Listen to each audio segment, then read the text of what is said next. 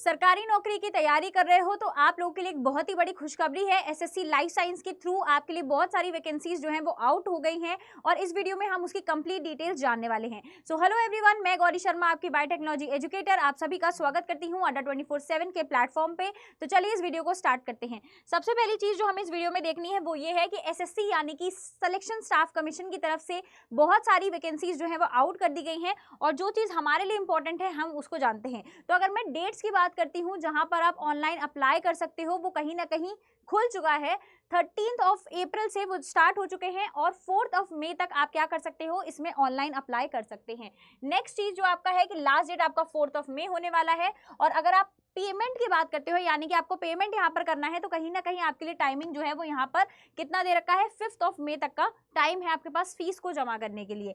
Application correction window जो है वो आपका कब होगा, 11/5 को स्टार्ट होगा और आपका जो एग्जाम है वो एक्सपेक्ट आप कर सकते हो सीबीटी मोड का जो एग्जाम होने वाला है जून में हो सकता है, लेकिन अभी ये टेंटेटिव डेट है। साथ ही साथ में टोल फ्री हेल्पलाइन नंबर जो है वो आपको यहाँ पर दे रखा है कि अगर आपको कोई भी प्रॉब्लम लगती है तो आप इस पे कॉल कर सकते हो बिल्कुल आराम से। एक चीज बहुत इंपॉर्टेंट जो इस वाले ब्रोशर में दे रखी थी, जो कि मैं यहाँ पर लेकर भी आई हूँ, यहाँ पे लिखा है government strives to have the workforce which reflects gender equality और balance and women candidates are encourage to apply. यानी कि कहीं ना कहीं भारत सरकार जो है वो ये चाहती है कि विमेन्स जो है इसमें खुलकर अप्लाई करें। ऑल्दो मेन के लिए भी यहाँ पर कोई रिस्ट्रिक्शन नहीं दिया गया है, बट कहीं ना कहीं ये इंपॉर्टेंट चीज हो जाती है कि वुमेन कैंडिडेट्स को यहाँ पर एनकरेज करा गया है अप्लाई करने के लिए। तो मेरी हर एक वुमेन से यहाँ पर रिक्वेस्ट है कि आप लोग प्लीज इसमें अप्लाई करिए और साथ ही साथ में लड़कों को भी है कि मेंस भी यहाँ पर अप्लाई करें। ठीक है, आगे बात कर लेते हैं कुछ चीजों के बारे में। तो एप्लीकेशन फीस जो है यहाँ पर बहुत ही मिनिमल रहने वाली है। एप्लीकेशन फीस है आपकी सिर्फ और सिर्फ 100 रुपए। Fees can be paid online through the UPI payment, net banking, जो भी आप करना चाहते हो उससे आप अपनी फीस को फिल आउट कर सकते हो। The women candidates and the candidates belonging to the schedule caste यानी कि एससी या फिर एसटी से हैं, जो भी बेंचमार्क डिसेबिलिटीज हैं यानी कि पीडब्ल्यूडी से बिलोंग करते हैं, एक्स सर्विसमैन रह चुके हैं, वो सब जो हैं एग्जेम्प्टेड है from the payment of the fees. यानी कि विमेंस को और रिजर्व कैंडिडेट्स को कोई भी फीस यहाँ पर नहीं देनी है। ठीक है, online fees can be paid by the candidates up to 5 May, जो कि हम पहले डिस्कस कर चुके हैं। ठीक है, आगे बात कर लेते हैं। Window for the application form correction जो है वो आपका खुलेगा कितनी तारीख से, 11/5 से लेकर 13/5 तक जो है, यानी कि 13 मई जो है वो आपके लिए लास्ट डेट होने वाला है। अगर आपके करेक्शन कुछ है एप्लीकेशन फॉर्म में तो आप उसको कर सकते हो। ठीक है, आगे बात कर लेते हैं स्कीम ऑफ एग्जामिनेशन यहाँ पर क्या रहने वाला है, ये बहुत ही इंपॉर्टेंट है आप लोगों के लिए समझना।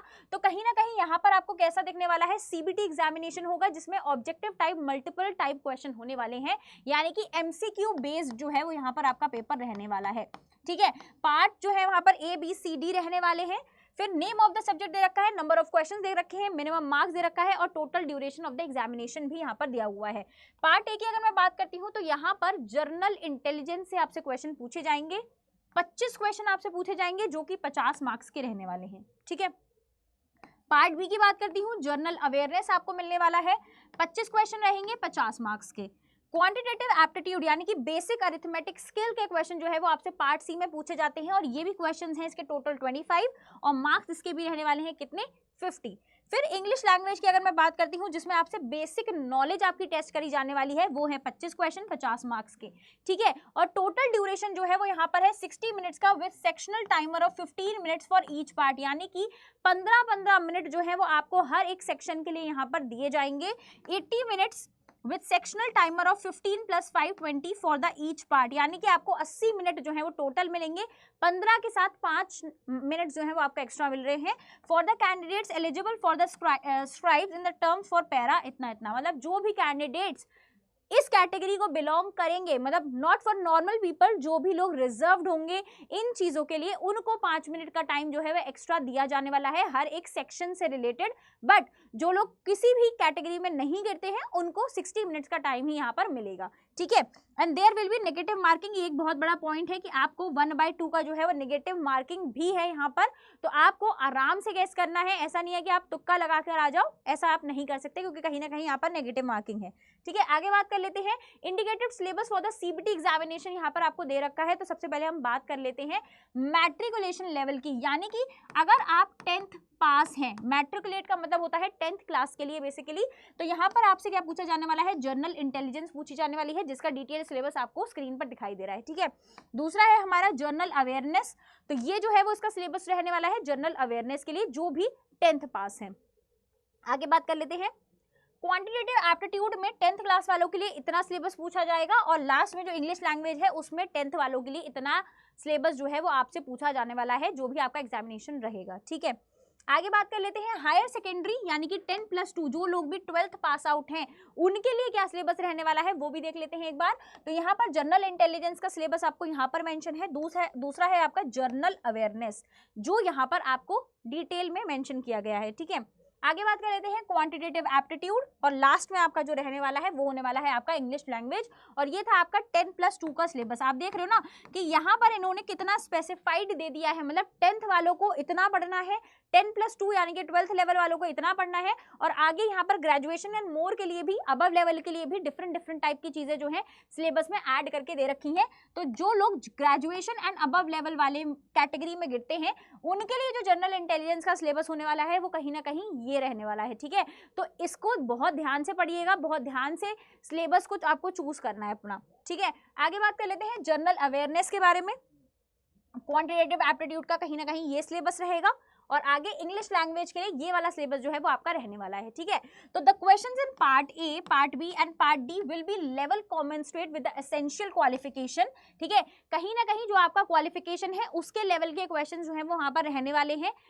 Graduation where is the question in the part C will be of the 10th standard, लेकिन जो आपका पार्ट सी रहने वाला है उसमें सिर्फ और सिर्फ क्वेश्चंस जो है वो कैसे रहने वाले हैं, 10th स्टैंडर्ड के रहेंगे। तो अगर मैं यहाँ पर देखती हूँ तो आपका जो पार्ट सी था, ठीक है, एक बार मैं यहाँ पर चेक कर लेती हूँ कि आपका जो यहाँ पर पार्ट सी मेंशन है यानी कि क्वांटिटेटिव एप्टीट्यूड जो आपका पार्ट रहने वाला है, ठीक है, यही आपका पार्ट सी है, और कहीं ना कहीं इसका जो लेवल रहने वाला है वो 10th क्लास का बेसिस रहने वाला है। बाकी सारी जो तीनों चीजें हैं जनरल इंटेलिजेंस, जनरल अवेयरनेस और इंग्लिश लैंग्वेज वो आपके क्वालिफिकेशन पर डिपेंड करेंगी, ठीक है। इतनी चीज आई होप आप लोगों को क्लियर हो गई होगी। आगे बात कर लेते हैं जो की चीजें बहुत ज्यादा इंपॉर्टेंट रहने वाली हैं आप लोगों के लिए। हमने सिलेबस डिस्कस कर लिया है, अब फटाफट से वैकेंसीज को डिस्कस कर लेते हैं। तो यहाँ पे मैंने स्पेसिफिकली जो लोग लाइफ साइंस से हैं या फिर केमिस्ट्री से हैं उनके लिए मैंने जो जो वैकेंसीज यहाँ पर निकाली है गवर्नमेंट ने वो मैं यहाँ पर मेंशन करके लाई हूँ। तो ये फेज 14 का सिलेक्शन पोस्ट है, ये सब आप लोगों को मालूम है। यहाँ पर पोस्ट की डिटेल्स आपको दे रखी है और पोस्ट का कोड भी आपको यहाँ पर मेंशन दिया गया है, ठीक है। तो पोस्ट नेम की अगर मैं बात करती हूँ तो सीनियर साइंटिफिक असिस्टेंट जो कि केमिस्ट्री के लिए होने वाला है, और यहाँ पर इसका इनिशियल प्लेस ऑफ पोस्टिंग भी दे रखा है जो कि आपका चंडीगढ़ रहने वाला है, ठीक है।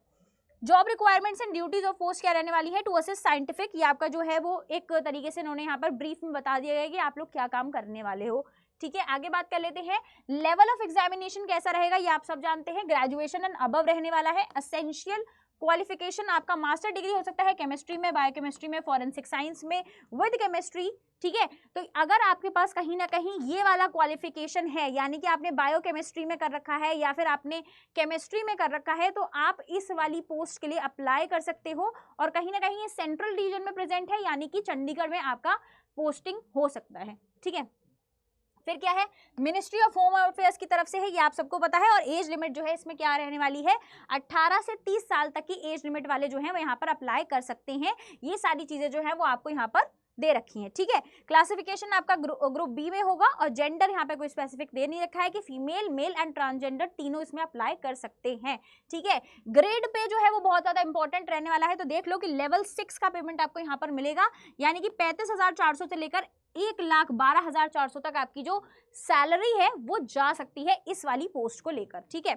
आगे बात कर लेते हैं नेक्स्ट पोस्ट की, जो कि कहीं ना कहीं बहुत ज्यादा इंपॉर्टेंट रहने वाली है लाइफ साइंस वालों के लिए। तो पोस्ट का डिटेल्स यहाँ पर मेंशन है, ये आपका पोस्ट कोड है, और जॉब रिक्वायरमेंट एंड ड्यूटी जो है आपके लिए किसकी इसके लिए है, ये सीनियर साइंटिफिक असिस्टेंट जो कि बायोलॉजी के लिए निकाला हुआ है इन्होंने, ठीक है। और यहाँ पर जो है वो वेस्ट बंगाल के लिए वैकेंसी आई हुई है। चलिए आगे बात कर लेते हैं एजुकेशन डिटेल्स के बारे में। तो यहाँ पर ग्रेजुएशन एंड अबव आपके पास होना चाहिए, साथ ही साथ में अगर आपके पास मास्टर्स डिग्री है बॉटनी में, जूलॉजी में, माइक्रोबायोलॉजी में या फिर बायोटेक वाले भी यहाँ पर अप्लाई कर सकते हैं, ठीक है। या फिर बायोकेमिस्ट्री में, फिजिकल एंथ्रोपोलॉजी में, जेनेटिक्स में, forensic science with botany, zoology as one of the subject papers during all 3 years of bachelor's of science, BE, BTech in biotechnology from the recognized university। आप देख रहे हो ना कि यहाँ पर कितने सारे मास्टर्स लेवल वाले लोग जो हैं वो यहाँ पर अप्लाई कर सकते हैं। यानी कि अगर आपके पास यहाँ पर बायोलॉजी है तो बहुत अच्छी बात है। अगर आपके पास यहाँ पर बायोकेमिस्ट्री है तो भी आप अप्लाई कर सकते हो। आपके पास माइक्रो है तो भी आप कर सकते हो। अगर आपके पास बायोटेक है तो भी आप अप्लाई कर सकते हो, ठीक है। फिर आपके पास physical anthropology, genetics, different different field जो हैं, अगर आपके पास कोई भी अलाइड साइंसेस का एक है तो आप इसमें आराम से अप्लाई कर सकते हैं। और कहीं ना कहीं ग्रेड भी देख लेते हैं, इसका ग्रेड पे क्या रहने वाला है, ठीक है। तो इसका ग्रेड पे 35,400 से लेकर 1,12,400 तक रहने वाला है। वही आपका ग्रेड 6 यानी कि पे लेवल जो है वो 6 यहाँ पर रहने वाला है, ठीक है। फिर आपका डिपार्टमेंट जो है मिनिस्ट्री ऑफ होम अफेयर्स की तरफ से ही है। ये सेंट्रल फॉरेंसिक साइंस लेबोरेटरी जो है वो आपके ऑफिस का नेम रहेगा, ठीक है। यहाँ पर आगे बात कर लेते हैं नेक्स्ट पोस्ट के बारे में। एज लिमिट 18 से 30 है, सिंपल। चलिए आगे बढ़ते हैं। जो नेक्स्ट पोस्ट है आपकी उसका क्या है, बोटानिकल असिस्टेंट। बेसिकली यहाँ पर जो है वो पोस्ट का नेम यहाँ पर दे रखा है और ये भी अगेन वेस्ट बंगाल के लिए जो है वो दे रखी है, ठीक है। आगे बात कर लेते हैं। यहाँ पर ग्रेजुएशन एंड अबव चाहिए, एमएससी डिग्री बॉटनी में हो, हॉर्टिकल्चर में हो, किसी भी रिकॉग्नाइज्ड यूनिवर्सिटी से, तो आप लोग यहाँ पर जो है वो अप्लाई कर सकते हो। आगे बात कर लेते हैं। फिर से लेवल 6 का पे रहने वाला है। बोटानिकल सर्वे ऑफ इंडिया आपका डिपार्टमेंट का नेम रहेगा। यहाँ पर अभी ऑफिस का नेम सच कोई मेंशन नहीं है और यहाँ पर भी कोई जेंडर इक्वालिटी दे रखी है पूरी कि फीमेल, मेल एंड ट्रांसजेंडर तीनों जो है वो यहाँ पर अप्लाई कर सकते हैं, ठीक है। एज लिमिट 18 to 30 वही सेम। फिर आ जाते हैं नेक्स्ट पोस्ट पर जो कि है डिमॉन्स्ट्रेटर बायोकेमिस्ट्री एंड न्यूट्रिशन पर। ये भी वेस्ट बंगाल के लिए रहने वाली है। तो आप देख रहे हो ना कि कितनी सारी वैकेंसीज जो हैं वो लाइफ साइंस के लिए निकली हुई हैं, ठीक है। आगे बात कर लेते हैं, इसके क्वालिफिकेशन को देख लेते हैं। तो ग्रेजुएशन एंड अबव, या तो बायोकेमिस्ट्री में आपका मास्टर्स होना चाहिए, ऑर्गेनिक केमिस्ट्री में degree in chemistry, food technology, food nutrition, MSc degree in physiology with nutrition from the recognised university, equivalent qualification होना चाहिए। या फिर आपके पास किसी भी रिलेटेड केमिस्ट्री से अगर आपके पास है यहाँ पर मास्टर्स, तो आप इस वाली पोस्ट के लिए बिल्कुल बिल्कुल एलिजिबल हैं, आप अप्लाई कर सकते हैं, ठीक है। फिर आपका यहाँ पर जो लेवल है ना वो बढ़ चुका है, यानी कि लेवल 7 रहने वाला है। यहाँ पर 44,900 से आपकी सैलरी जो है वो स्टार्ट होगी और 1,42,400 तक जो है वो आपकी सैलरी जाएगी। और जैसे जैसे करके लेवल इंक्रीज होता है वैसे वैसे आपका सैलरी भी इंक्रीज हो जाएगा यहाँ पर, ठीक है। तो यहाँ पर आप देख सकते हो कि आपको ऑफिस का नेम भी दे रखा है, डिपार्टमेंट नेम दे रखा है और यहाँ पर आपको एज में रिलैक्सेशन भी मिला है, यानी कि 35 ईयर्स तक के जो लोग हैं वो यहाँ पर अप्लाई आराम से कर सकते हैं, ठीक है। तो कहीं ना कहीं ये बहुत ज्यादा इंपॉर्टेंट रहने वाला है और ये थी लास्ट वैकेंसीज। आई होप आपको ये वीडियो जो है बहुत ज्यादा इफेक्टिव लगा होगा, तो तुरंत जाके इसको अप्लाई कीजिए। और अगर आपको ये पीडीएफ चाहिए तो आप डिस्क्रिप्शन में इसका लिंक जो है वो आपको मिल जाएगा। और ऐसे ही और सच इन्फॉर्मेशन के लिए, सरकारी नौकरियों के लिए आप अभी सब्सक्राइब कर सकते हैं अड्डा 24/7 को, ताकि आपसे कोई भी इन्फॉर्मेशन जो है वो मिस आउट ना हो, ठीक है।